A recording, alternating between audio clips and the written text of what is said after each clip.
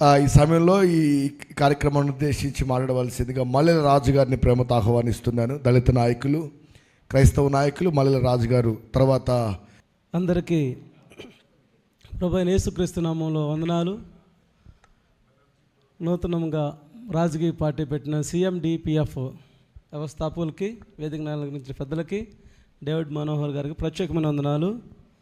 దేవుని బిడ్డలారా, ఇప్పటి వరకు ఎన్నో విషయాలు క్రైస్తవులు ఏ ప్లేస్లో ఉండాలి, క్రైస్తవులు ఏమై ఉన్నారు అనే విషయాల మీద చాలామంది పెద్దలు మీకు సవివరంగా వివరించారు. అయితే నేను మీకు తెలియజేయాల్సింది ఏంటంటే రెండు విషయాలు తెలియజేస్తాను. 2003లో నేను విప్లవంలో ఉన్నప్పుడు వర్క్షాపులకు వెళ్ళాను. నక్సలిజం వర్క్షాపులకు వెళ్ళినప్పుడు నేను అక్కడ ఒక ప్రశ్న లేవనెత్తాను. ఏం లేవనెత్తానంటే, చావటాలు చంపటాలు ఎంతకాలం ఇది? మా వర్క్షాప్ వచ్చిన కొంతమంది అన్నలకి చెప్పాను నేను. ఏం చేద్దాం కామ్రేడ్ అన్నారు. అన్నప్పుడు బ్యాలెట్లకు మనం వెళ్దాం, బుల్లెట్ మన కాపలో ఉంటుంది. బ్యాలెట్లకు మనం వెళ్దాం, బుల్లెట్ మన కాపలో ఉంటుంది. బ్యాలెట్ బయట మనం ఉంటే అదే బుల్లెట్ మన గుండెల్లో దిగిద్దని చెప్పా.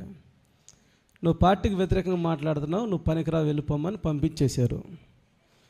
పంపించిన నేను నా తల్లి కన్నీటి ప్రార్థన ద్వారా నేను బ్రతికి సేవ చేస్తూ ఆరోగ్యంగా అనేక ప్రాంతాలు, రాష్ట్రాలు తిరుగుతున్నా.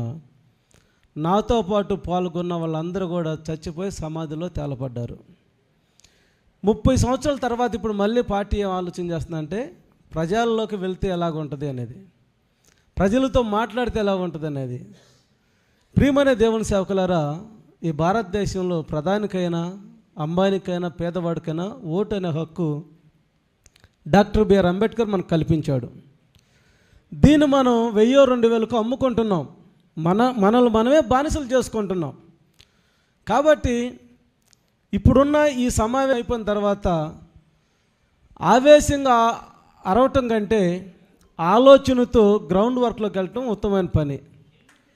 ఆలోచన కావాలి. పొలిటికల్కి పులి ఒక నక్కను పట్టుకోవాలంటే ఎంత ఓర్పు ఉంటుందో, 2029లో రాజ్యాధికారానికి వెళ్ళాలంటే అంతకంటే మీకు 100 రెట్లు ఓర్పు కావాలి. First number 1.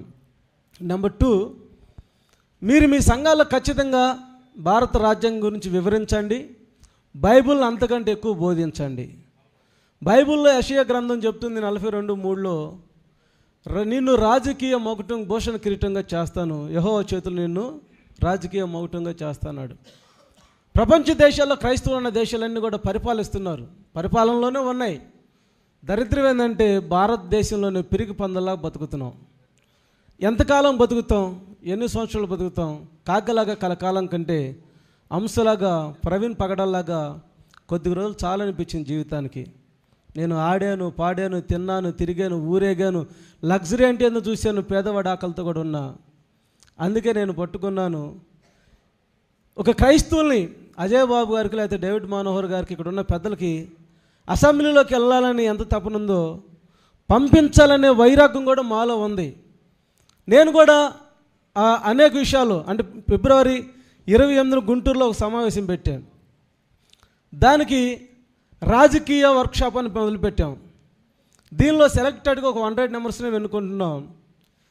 భాష ఒకటే, భావం ఒకటే, బాట ఒకటైతే రాజ్యాధికారం మనది కాదా అనే నిదానం మీద ఒక సభ ఏర్పాటు చేస్తున్నాం. ఇది ఓన్లీ ఈ రాజకీయంలో ఇంటలెక్చువల్తో ప్రారంభమవుతుంది. దీనికి గ్రౌండ్ వర్క్ మొదలుపెట్టాం. ఏది ఏమైనా 2029లో క్రైస్తవులకు వ్యతిరేకిస్తున్న ప్రతి పార్టీ ఓడిపోవను గాక. క్రైస్తవుల మీద దాడి చేస్తున్న ప్రతి పార్టీని గద్దె దించును గాక. క్రైస్తవుల మీద చేస్తున్న ప్రతి అరాచకాలు రాజకీయ నాయకులకు బుద్ధి చెప్పును గాక. RRR ఈరోజు ఉండి భీమవరంలో ఎన్ని అరాచకాలు చేశాడు చెప్పారు. ఇందాక బ్రదరు నియంతలాగా పరిపాలిస్తున్నాడు. ఏ అర్హత ఉంది అతనికి చంద్రబాబు నాయుడు పక్కన పెట్టుకోవటానికి? ఏ యోగ్యత ఉంది ఉపసభాపతికి ఇచ్చి ఈ రాష్ట్రాన్ని పరిపాలిస్తుందంటే? వాడి వెనకాల బీజేపీ అని ఒక గవర్నమెంట్ ఉంది. అదే త్రవ్వలు ఈ రాష్ట్రంలో పవన్ కళ్యాణ్ వచ్చిన తర్వాత క్రైస్తవుల మీద జరుగుతున్న దాడులు ఎన్నో ఎక్కువ ఉన్నాయి. చంద్రబాబు నాయుడు కూడా కాదనలేకపోతున్నాడు. కేవలం సనాతని అని చెప్పి పవన్ కళ్యాణ్ ఆ సనాతని ఆయుధాన్ని పట్టుకొని కుల గొడవలు, మత గొడవలు, దళితుల మీద, క్రైస్తవుల మీద, ముస్లిం మీద దాడులకి తెగబడుతున్న ఈ ప్రభుత్వాలన్నీ కూడా 2029లో చెప్పుతో కొట్టినట్టు గద్దె దిగాల వాళ్ళు దించుదాం. అయితే ఇప్పుడున్న మన స్ట్రెంత్ సరిపోదు, ఇప్పుడున్న మన బలం సరిపోదు. ఈ బలానికి ఫైనాన్షియల్ కావాలి, ఈ బలానికి మేధస్ కావాలి, ఈ బలంలో కవులు కావాలి, ఈ బలంలో కళాకారులు కావాలి, ఈ బలం కోసం అవసరమైతే హతసాక్షులు అయ్యే వాళ్ళు కావాలి, ఈ బలం కోసం అవసరమైతే ఫ్యామిలీని సాక్రిఫైస్ చేసే వాళ్ళు కావాలి. మీరు ఎంతమంది వీటన్నిటి తెగించుంటారో లేదో కానీ 100 రూపాయలు ఇస్తే చేయి చాపే పాస్టర్ల కాడ నుంచి చివరికి ఏమీ పోతే పెనాలు తీసుకెళ్ళి పాస్టర్లు కూడా నేను చూసా. సార్ ఈ మాట అన్నాను, మీరేం ఫీల్ అవ్వద్దు, మీరందరూ క్వాలిటీ పీపుల్ అనుకుంటున్నాను. ఎందుకంటే మీరు ఏమి ఇస్తే ఇది ఇస్తే మేము వస్తాను అన్నవాళ్ళు కాదు.